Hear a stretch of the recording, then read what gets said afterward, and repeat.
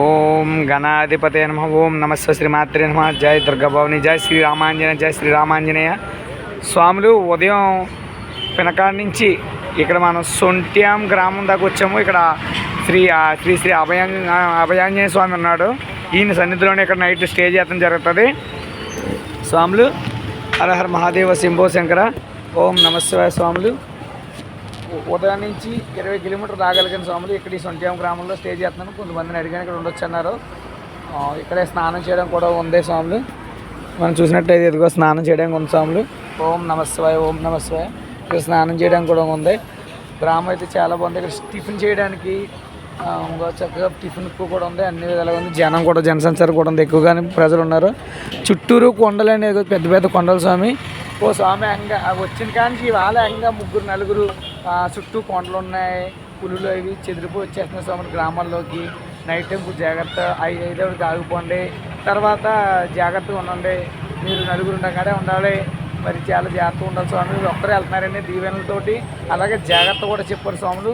ఇవాళ ఉదయం నుంచి అక్కడి నుంచి పాదయాత్రలో ఉదయం ఒక మాత భవానీ మాత అప్పారావు గారు అన్న దంపతుల్లో ఆ మాత నాకు వడించింది. అదేవిధంగా మధ్యలోకి వచ్చాక మళ్ళీ ఒక పొట్టలు అనమాట ఆ మాతలో నాకు బెక్స్ ఇచ్చారు. స్నానం చేయడానికి నీళ్ళు కూడా ఇచ్చి స్నానం చేసే స్వామి. టైం మరి వెదరికి వెళ్తే ఏముండదో దయచేసి మా దగ్గర బెక్స్ తీసుకున్నాంటే ఆయన మాల వేసేది భవానీ మాల.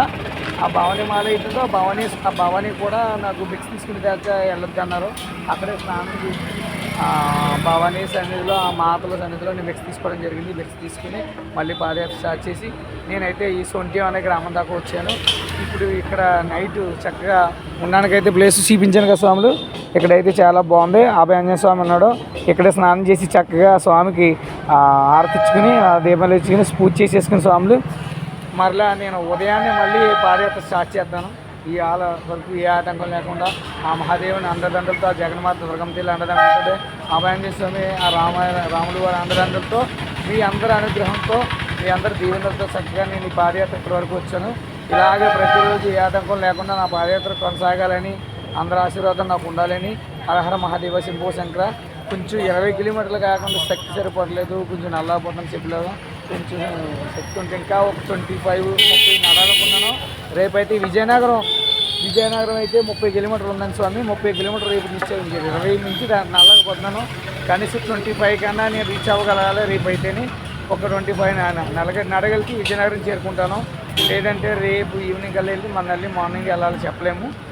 25 కిలోమీటర్ కనీసం 25 నడగలితే సూపర్ ఉంటుంది స్వామి. హరహర మహాదేవ శంభో శంకర. చూడండి సొంట్యాం గ్రామం, పెద్ద పెద్ద కొండలు. హరహర మహాదేవ శంభో శంకర. ఇక్కడైతే అన్ని విధాలుగా బాగుంది. వాళ్ళకి ఇంకా ఇక్కడే స్టే చేసేసి చక్కగా నేను దీపారం చేసుకుని దేవుడిని దండం పెట్టుకుని చక్కగా మళ్ళీ ప్రశాంతంగా పడుకోవాలి.